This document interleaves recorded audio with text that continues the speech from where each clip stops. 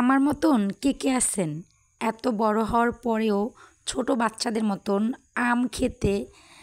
যা কি অবস্থা দেখেন, আমের খিল লাইগা কি অবস্থা হয়েছে, একদম ছোট বাচ্চাদের মতন। কিছুই করার নাই, আমি এখনও ছোট, যাই হোক না কেন। আসসালামু আলাইকুম, হ্যালো এভরিওয়ান, সবাই কেমন আছেন? আশা করি সবাই ভালো আছেন। আমি বেশি একটা ভালো নাই, কারণ আমার প্রচুর পরিমাণে আবার ঠান্ডা লাগছে, গলার অবস্থা খুবই খারাপ। আমি জানি আমার ভয়েসটা এখন যারা শুনতেছেন বলবেন এত বাজে ভয়েস, তো বোঝাই যাচ্ছে না কথা এরকম, কিন্তু কিচ্ছু করে না, একটু কষ্ট করে শুনে নেবেন।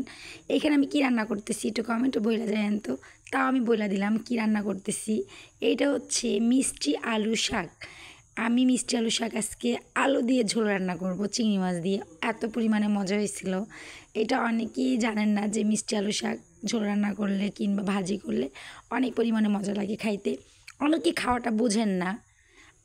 গোল আলু শাক বলেন, মিষ্টি আলু শাক বলেন, এগুলো আসলে খাওয়া যায়, এগুলো খাওয়ার জিনিস, অনেকে সেটা জানেন না। এই শাকটা রান্না করার জন্য আপনার একটু রসুন বেশি দিতে হবে। আমি রসুন দিচ্ছি, আর পেঁয়াজ, কাঁচামরিচ, আর হচ্ছে চিংড়ি মাছ, এটা দিয়ে ভালো করে কষায় টষায় তারপর হচ্ছে একটু পানি দিয়ে আমি ঝোল মানে দিয়ে দিচ্ছি, শাক দিয়ে দিচ্ছি, একটু ঝোল দিয়ে আমি শাক দিয়ে দিচ্ছি। আর এখানে আমার ভাত হয়ে গেছে, মাটির চুলায় রান্না করছি, দেখেন কি পরিমাণে কালি পড়ছে আমার পাতিলে, তাই দেখাইতেছিলাম। আর এটা ফ্যান গালা হয়েছে এই ভাতটা। আর এখানে হচ্ছে শাকটাও আমার প্রায় রান্না হয়ে গেছে, একটু একটু বাকি ছিল। আর উস্তা কুচায় ভাজছি, সিম্পল খাওয়া দাওয়া আজকে। সবসময় মাছ মাংস এগুলো না খায় মাঝে মধ্যে একটু শাক সবজি হালকা পাতলা খাবার দাবার খাবেন। আর এখন যেহেতু গরম পড়ছে প্রচুর পরিমাণে, একটু হালকা পাতলা খাবার দাবার খাওয়াই ভালো।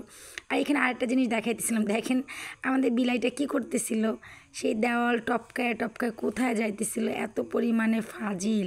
আর এখানে দুইটা মুরগি কিনে আনছে আমার বর, মুরগি দুইটার বাইন্দা রাখছি, কারণ যেহেতু নতুন নতুন ওরা যদি চইলা যায় এদিক ওদিক, এর জন্য আমি বাইন্দা রাখছি মুরগি দুইটারে, পা বাইদা তারপর হচ্ছে রাখছি। 2 দিন পরে আমি ছাইরা দিব, তারপর আমার বাড়ির ভিতরে ঘোরাফেরা করবে, কোথাও যাবে না।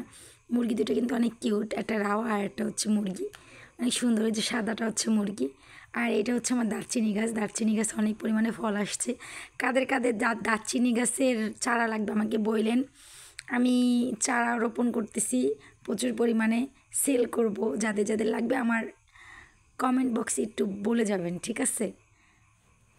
আমি কিন্তু অনেক পরিমাণে চারা দিব, তারপর হচ্ছে সেই চারা যাদের যাদের লাগবে তাদের আমি পাঠিয়ে দিব পার্সেল করে, ওকে? আর এখানে হচ্ছে আমি উস্তা কুচায় ভাজছি, আলু দিছিলাম এখানে, এটাও ভালো হয়েছিল মোটামুটি। যাই হোক, সব সিম্পল খাবার দাবার। এই গরমে সবাই সিম্পল খাবার দাবার খাওয়ার চেষ্টা করবেন সবসময়। সবাই সুস্থ থাকবেন, ভালো থাকবেন, আল্লাহ হাফেজ।